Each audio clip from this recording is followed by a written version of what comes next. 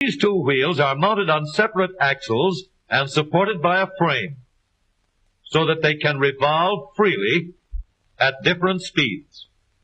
Let's fasten a spoke on the inner end of each axle, so that by turning the spokes, we can turn each wheel separately.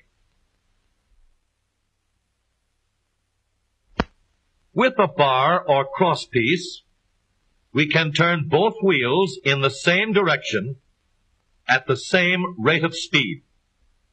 Let's get something to hold this bar in place so that it will press against the spokes. Notice that this support is not locked to the axle. It turns freely. Now, we can spin the wheels by rotating the support. This is fine, as long as both wheels are able to turn at the same speed. But let's see what happens when we go around the corner. With this arrangement, we cannot drive one wheel faster than the other. And if we stop one wheel, the other wheel won't budge. Let's put this bar on a pivot so that it can swing in either direction.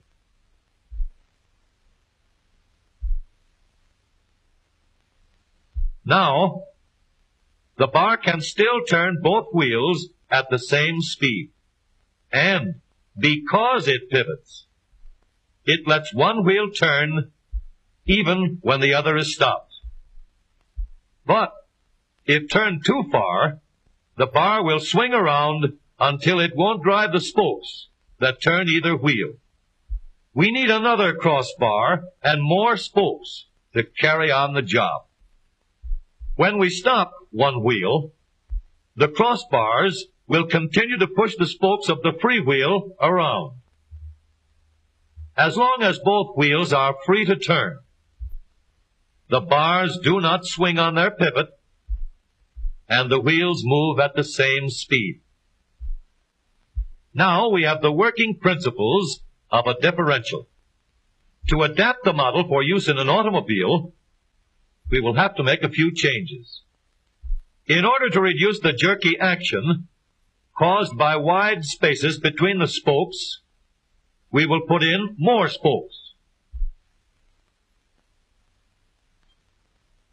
Further filling in the spaces between the spokes gives steadier, more continuous action, and changing the shape gives firm, constant contact.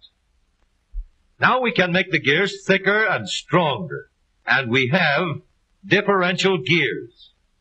The edges are cut so that they will fit together more smoothly and silently, and another gear is added to share the work of driving the axles. The principle is the same.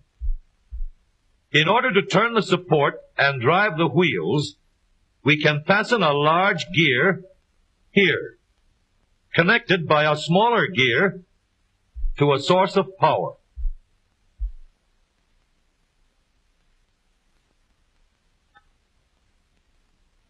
Notice that the power is connected to the differential at the center line. We can make our model more compact by moving the gears closer together. When we put our differential in an automobile, we have to leave room for the drive shaft, which carries the power from the engine. We may build the floor of the car above the drive shaft.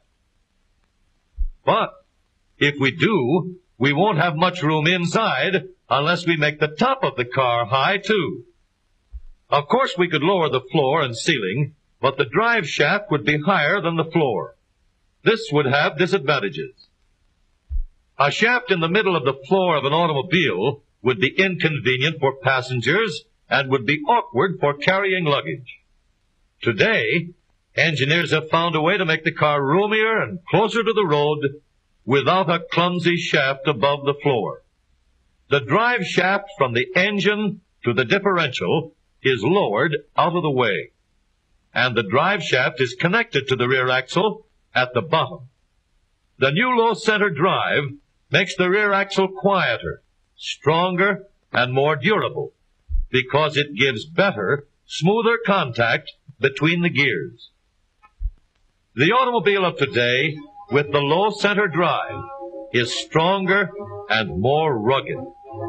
Every part of the rear axle has been built to withstand strains far greater than it will ever meet on the straightaway or around the corner.